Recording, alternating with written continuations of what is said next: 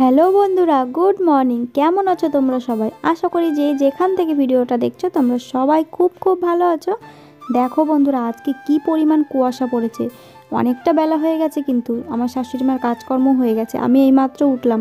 এই যে এই কুয়াশার জন্যই তো উঠতে ইচ্ছা করে না। আর বাচ্চা ছোট, সেটা তো সবথেকে বড় ব্যাপার, যে ছোট বাচ্চাকে নিয়ে কিভাবে বাইরে বেরোবো। আর এই কুয়াশার মধ্যে যদি একটু বাইরে বেরোই, সাথে সাথে তো ঠান্ডা লেগে যাবে। এমনিতেই আমার বাচ্চার ঠান্ডা সারতেই চায় না। তো আজকে হচ্ছে রবিবার। দেখো, ওর বাবা অরিত্রীকে নিয়ে যাচ্ছে ছবি আঁকাতে। তো আমি বলেছি মুখটা ঢেকে যেতে, একটা মাস্ক কিনতে হবে। মাস্ক কিনবো করে কেনাই হচ্ছে না। তো এই দেখো, বাবু আর কিছুতেই ঘরে থাকতে চাইছে না। বাবুকে একটুখানি জাস্ট 2-1 মিনিট ঘুরিয়ে নিয়ে আবার চলে যাব ঘরে যাব, না হলে পাশে এক বাড়িতে রেখে আসবো। মানে পাশের বাড়ি বলতে আমার বান্ধবীদের বাড়িতে রেখে আসবো। রেখে এসে কাজকর্মগুলো করব। এখন কিন্তু প্রায় 8টা বেজে গেছে। কাজে হাত দেওয়ার আগে তাই ভাবলাম কি, যে আগে বাবুকে আমি খাইয়ে দিই। পেটটা ভরা থাকলে অনেকক্ষণ মানে জ্বালাতন করবে না। আর এদিকে দেখো, আজকে ভোরবেলা কারেন্ট চলে গেছে। ওই যে ঘরে বাল্বটা দেখতে পাচ্ছ জ্বলছে, ওটা কিন্তু কি যেন বাল্ব বলে, কারেন্ট না থাকলে পরেও যে চলে, তো জ্বলে আর কি। তো ওগুলোকে কী যেন ঠিক মনে পড়ছে না আমার। তো ওই বাল্ব জ্বলছে। ঘরে তেমন কোনো আলো নেই, হালকা একটু আলো জ্বলছে। আর চারদিকে তো এখনও কুয়াশা আছে। কুয়াশার জন্য কেমন যেন মেঘলা মেঘলা ওয়েদার, অন্ধকার অন্ধকার লাগছে।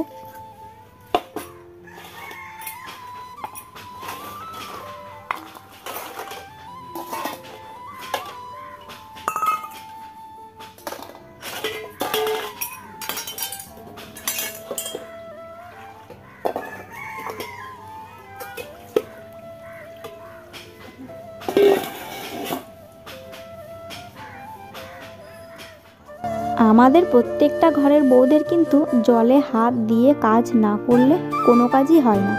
যেমন দেখো, কাচাকুচো করা, থালা বাসন মাজা থেকে শুরু করে ঘর মোছা, ল্যাপা মোছা করা, বাচ্চাকে স্নান করানো, মানে সবজি ধোয়া, সমস্ত কিছুতে জল ঘাটতে হয়।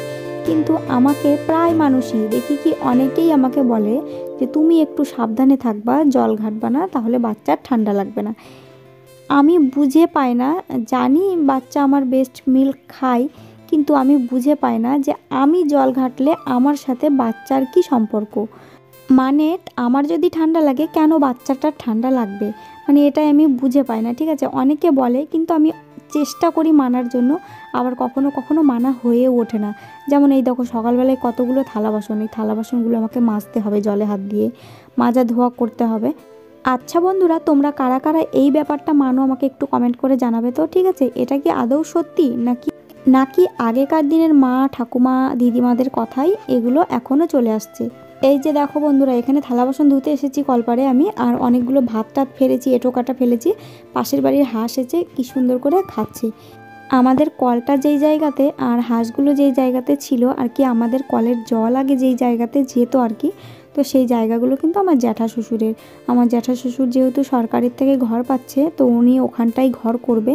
তাই আমাদের ওই কলপাড়ের ওখানটায় মানে কুয়ো করে নিতে হবে একটা। ঠিক আছে, কলটাকে একটুখানি সরিয়ে ঘুরিয়ে একটা কুয়ো করে নিতে হবে। কারণ কলটাও কিন্তু আমার জ্যাঠা শ্বশুরের জায়গাতেই পড়ে গেছে। যেহেতু ওরা ঘর করবে, তো এখন সব কিছু তুলে টুলে ঠিকঠাক করে নিতে হবে। যখন পাকা ঘর করবে তখন যদি পারি শেয়ার করব তোমাদের সাথে। ঠিক আছে, ঘরটা তো আর আমাদের হচ্ছে না যে শেয়ার করতেই হবে। এদিকে দেখো, বললাম না ভোরবেলা কারেন্ট চলে গেছে, শুধুমাত্র এই একটা বাল্ব জ্বলছে ঘরে। দেখো ঘরটা কেমন অন্ধকার হয়ে আছে। আর আমি এই দেখো লেপ টেপ সমস্ত কিছু বিছানা থেকে নামিয়ে নিচ্ছি, কারণ এখন বিছানার চাদরটাকে চেঞ্জ করব। বাড়িতে আজকে আত্মীয় স্বজনরা আসবে। কে আসবে তোমাদেরকে অবশ্যই বলবো। আজকের ভিডিওটা প্রথম থেকে শেষ অবধি কিন্তু দেখবে, তোমাদের কিন্তু খুব ভালো লাগবে আমি জানি। আমি তোমাদেরকে আজকে দেখাবো আমরা সাধারণ মানুষ হয়ে কিভাবে আত্মীয় স্বজন বাড়িতে আসলে কিভাবে তাদের আপ্যায়ন করে থাকি।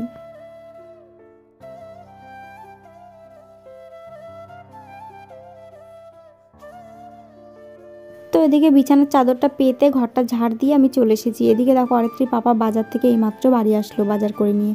তো চলো দেখা যাক বাজার থেকে কি কি নিয়ে আসলো। তো যে আসবে সে হচ্ছে আমার বোন হয়, আমার জ্যাঠাতো বোন, মানে আমার জ্যাঠার মেয়ে আসবে। তারপরে মানে বোনের বর আসবে। ও বোনের একটা মেয়ে হয়েছে, মেয়েটা আসবে। ওর বিয়ে হয়ে গেছে প্রায় 5-6 বছর হয়ে গেল, কিন্তু ও এখনও অবধি আসেনি। আমার বিয়ের পরে ও মাত্র একবার এসেছিল, তাও আবার ওর বিয়ের আগে। এই দেখো আমার শাশুড়ি মা চা করে রেখেছিল, তো চাটা একটু গরম করে ছেঁকে নিয়ে চলে আসলাম। তো চাটা এখন খেয়ে নিচ্ছে। আমাদের কলের জলের জন্য, মানে টাইম কলের জল দিয়ে চা করে, তো তাই চায়ের কালারটা ভালো হয় না। কিন্তু আমি যখন চা করি তখন কিন্তু কেনা জল দিয়ে চা করি, তখন কিন্তু চায়ের কালারটা একদম ঝাক্কাস হয়। আমার শাশুড়ি মারা যেহেতু মানে কেনা জল খায় না, টাইম কলের জলই খায়, তাই উনি টাইম কলের জল দিয়েই চা করে। তো শুধু মুখে চা খেতে ভালো লাগে না, ঘরে মুড়ি ছিল, মুড়ি দিয়ে বসে বসে চাগুলো খাচ্ছি। এই প্রথমবার আমাদের বাড়িতে আমার বোন আর বোনাই আসছে, ঠিক আছে। তো যতটুকু পারবো সাধ্য মতন চেষ্টা করব ওদের আপ্যায়ন করার, চেষ্টা করব যাতে কোনো ভুল ত্রুটি না হয়, ঠিক আছে। তো দেখো আমি আমাদের সাধ্য মতন বাজারঘাট করে নিয়ে এসেছি। জয়ত্রীর পাপা শুকনো লঙ্কা, তেজপাতা, কলগেট, তেল, তারপর পালং শাক, পেঁয়াজ, রসুন, আদা, মাছ টাছ সমস্ত কিছুই নিয়ে এসছে। আর আমি যেহেতু আমার ছোট বাচ্চা নিয়ে আমি এত মানুষের রান্না করতে পারবো না, কারণ আমি এক তরকারি ভাত কিভাবে রান্না করে খাই আমি নিজেও জানি না। তাই আমি আমার শাশুড়ি মাকে বলেছি আমাদের এখানে খেতে আর আমাদের রান্না করে দিতে, ঠিক আছে। যেহেতু উনি অনুষ্ঠান বাড়িতে রান্না করে, তো ওনার রান্না সত্যি খুব ভালো হয়, ঠিক আছে। তো তার জন্য বলেছি এখানে রান্না করে দিতে অনেক মানুষের, আর আপনারাও আমার কাছেই খাবেন। আমার শাশুড়ি মার ঘরে যখন আমার শাশুড়ি মাদের কোনো আত্মীয় স্বজন আসে তখন কিন্তু আমার শাশুড়ি মার ঘরেও আমরা খাই, ঠিক আছে। তাই আমার ঘরে যখন আত্মীয় এসছে, মানে আমার বাপের বাড়ির তরফ থেকে যখন আত্মীয় এসছে, তো আমার শ্বশুর শাশুড়িকে বলাটা আমার কর্তব্য। তো ভাবলাম বলবোই যতক্ষণ, তো শাশুড়ি মাকে বললাম কি তাহলে আপনি রান্না টান্না করে দেবেন, আমি হাতে সাথে আমি আপনার সমস্ত কিছু গুছিয়ে দেবো, যেমন মাছ কাটা ধোয়া বাছা, সবজি কাটা ধোয়া বাছা সমস্তটাই করে দেবো, শুধু আপনি রান্নাটা করে দেবেন। তবুও জানো তো বন্ধুরা, আমার এইগুলো করতেই পুরো জান বেরিয়ে যায়, কারণ আমার ছোট বাচ্চা আমি এর কাছে ওর কাছে দিয়ে আমি এই কাজগুলো করি। আমি কখনো মানে শুয়ে বসে থাকার চেষ্টা করি না। চোখের সামনে কাজ ফেলে রেখে আমার শুয়ে বসে থাকতে একদমই ভালো লাগে না। আর বিশেষ করে আমার স্নান করার পর কোনো কিছু করতে ইচ্ছা করে না। আমি যত রাজ্যের কাজ স্নান করার আগেই করে নিই। স্নান হয়ে গেলে আমার আর কোনো কাজে হাত দিতে তখন আর ভালো লাগে না। এদিকে দেখো বাটা মাছ নিয়ে এসছে আর রুই মাছ নিয়ে এসছে। বাটা মাছের ঝাল বা সর্ষে বাটা কিছু একটা করতে বলবো, আর ওদিকে রুই মাছের ঝোল করতে বলবো। তো চলো, এই দেখো মাছ কাটতে বসেছি, ছাই নিয়ে নিই, বারবার হাত থেকে পিছলে যাচ্ছে। যেহেতু আমি উনুনে রান্না করি না, গ্যাসে রান্না করি, তো কাটতেও ভীষণ অসুবিধা হচ্ছে। তো পরে আমি আমার শাশুড়ি মার উনুন থেকে ছাই নিয়ে এসে মাছ কটাকে কিন্তু কেটেছিলাম। আর সেসব পুরো ভিডিও তো তোমাদের সাথে তুলে ধরা যায় না, তাই না।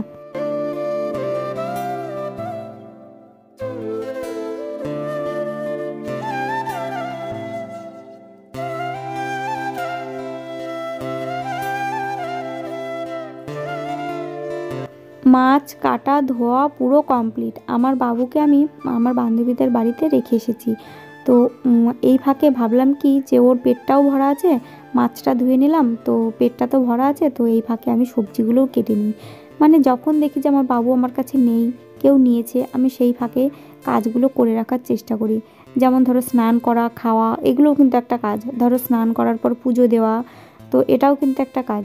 তো ওগুলোও কিন্তু আমি করে নিই বাবুকে এর কাছে ওর কাছে দিয়ে। আর বললাম না, কার কতক্ষণ সময় আছে বলো, সবাই বিরক্ত হয়ে যায়, কে কতক্ষণ নেবে। কিন্তু যারা আমার অসময়ে আমার পাশে ছিল বা পাশে আছে, আমি তাদেরকেই একমাত্র আমি আমার বন্ধু বলে মনে করি, ঠিক আছে। আমি আমার কাছের মানুষ, নিজের মানুষ বলে মনে করি। আর যারা আমার অসময়ে পাশে নেই বা আমার কষ্ট হচ্ছে দেখেও সে হাতটা বাড়িয়ে দেয় না, তো সেই সব মানুষদেরকে বলবো, আর সেই সব মানুষদেরকে কখনো ভুলবো না, মনে রাখবো সারা জীবন। আমি কি সারা জীবন এরকমই থাকবো নাকি? সারা জীবন মানুষের একরকম যায় না, মানুষ কিন্তু পরিবর্তন হয়, মানুষের দিন পাল্টায়। অসময়ে যারা আমার দিকে ফিরেও তাকায়নি তাদেরকে আমি সারা জীবনই মনে রাখবো।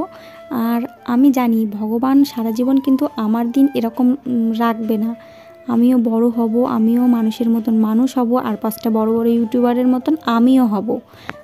আমাকে হতেই হবে, আমাকে দেখাতে হবে মানুষকে। আমি বিয়ের আগে বিয়ের পরে কথা খুবই কম বলতাম, মানুষের সাথে বেশি কথা বলতে পারতাম না, কেমন একটা লজ্জা লাগতো, মানে কেমন একটা ফিল হতো।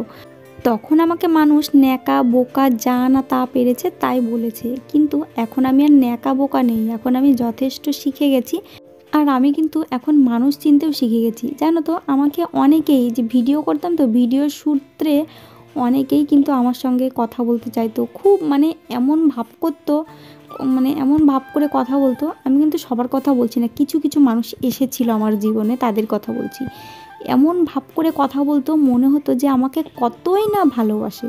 কিন্তু তারা যে দুদিনের অতিথি, আমি কখনো সেটা মানে মনেই করতাম না। ভাবতাম হ্যাঁ, আমার সাথে হয়তো সারা জীবনই এরকমভাবে বন্ধুত্ব রাখবে, বন্ধুত্ব থাকবে। কিন্তু না, তারাও তাদের স্বার্থ মিটে যখন গেছে, তখন ছেড়ে চলে গেছে।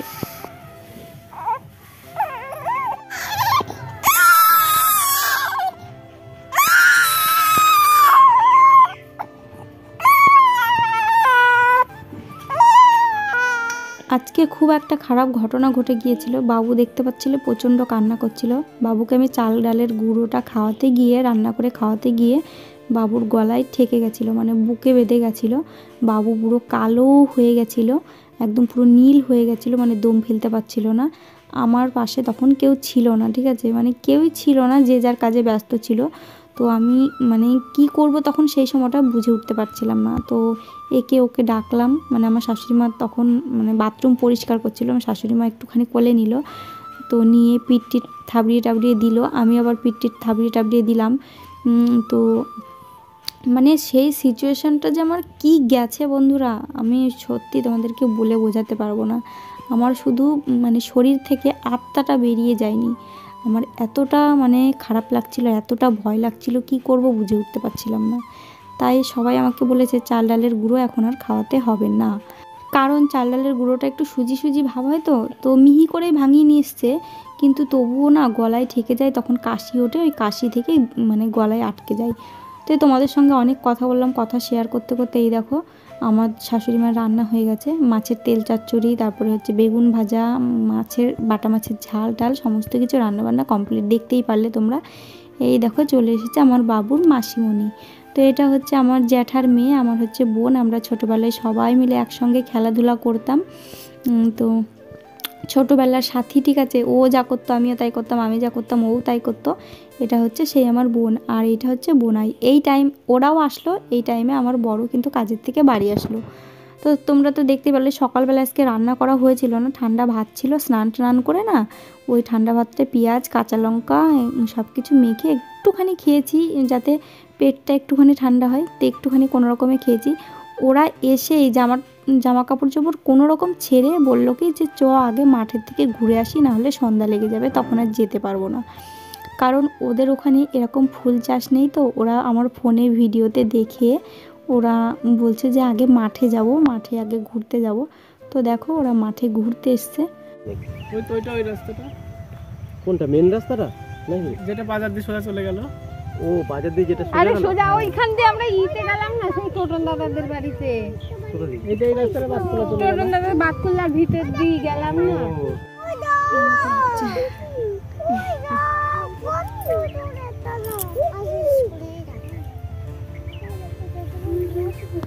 ওরা এসেছে, এসে কাপড় চোপড় ছেড়েছে, কিন্তু এখনও খায়নি।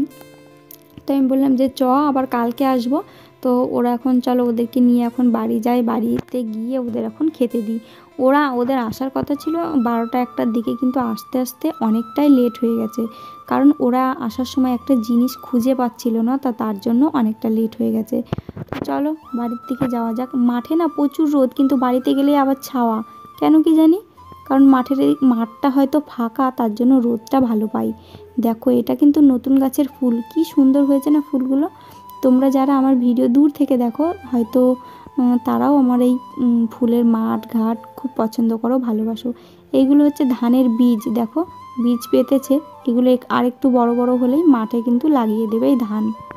আর এই ধানগুলো কখন উঠবে জানো, বৈশাখ জ্যৈষ্ঠ মাসের দিকে, বৈশাখ মাসের দিকে কাটা হবে এই ধানগুলো, যখন খুব ঝড় জল তুফান চলে আসে, এটা সেই টাইমের। ওদিকে দেখো ওরা ওই যে ফটো তোলাতুলি করছে, কিন্তু আমি দেখতে দেখতে এতটাই অভ্যস্ত হয়ে গেছি, আমার আর এই ফুল টুলের ওপর কোনো ইন্টারেস্ট নেই, আমার আর ভালো লাগে না। যখন বিয়ের পর নতুন নতুন ছিলাম তখন কিন্তু আমারও এগুলো ভালো লাগতো, কিন্তু এখন আর ভালো লাগে না। তো এসে এই যে খেতে দিয়ে দিয়েছি, আমার বোনের বর আর আমার বর ওরা বারান্দায় খাচ্ছে। বোন বলল আমি এখানেই খাবো, আমি আর ওদের সাথে বসবো না, লজ্জা পাচ্ছিল। তো এই যে ওনারা খেতে বসেছে। তো খাওয়ার সময় ক্যামেরা নিয়ে সামনে যাব, এটা আমার খুব একটা ভালো লাগলো না। বন্ধুরা দেখো আমরা হচ্ছে বেড়াতে এসেছি আবার একটা দিদার বাড়িতে। তো ওই বোনকে নিয়ে আসলাম। এই দেখো কই তাকা তাকা, হে তাকা তানিশা, এই দে উপরে তাকা।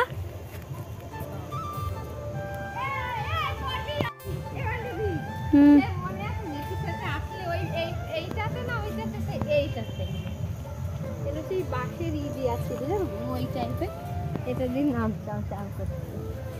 বিল।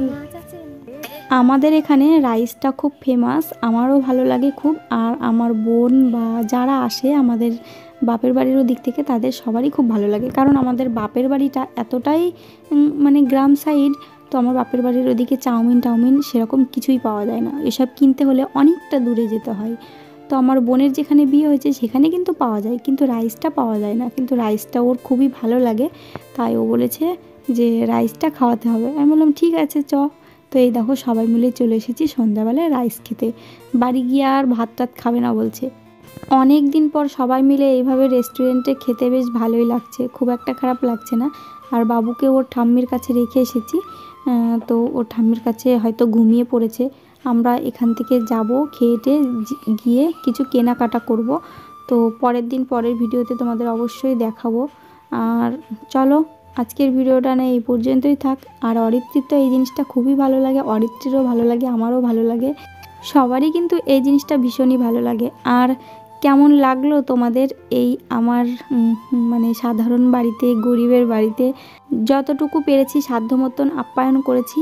তো ভালো লাগলে অবশ্যই একটা লাইক কমেন্ট শেয়ার করো। আর প্লিজ প্লিজ প্লিজ তোমরা যারা এখনও আমার চ্যানেলটা সাবস্ক্রাইব করোনি, আমার চ্যানেলটা সাবস্ক্রাইব করে নোটিফিকেশনটা অল করে দিও প্লিজ। টাটা বন্ধুরা, বাই।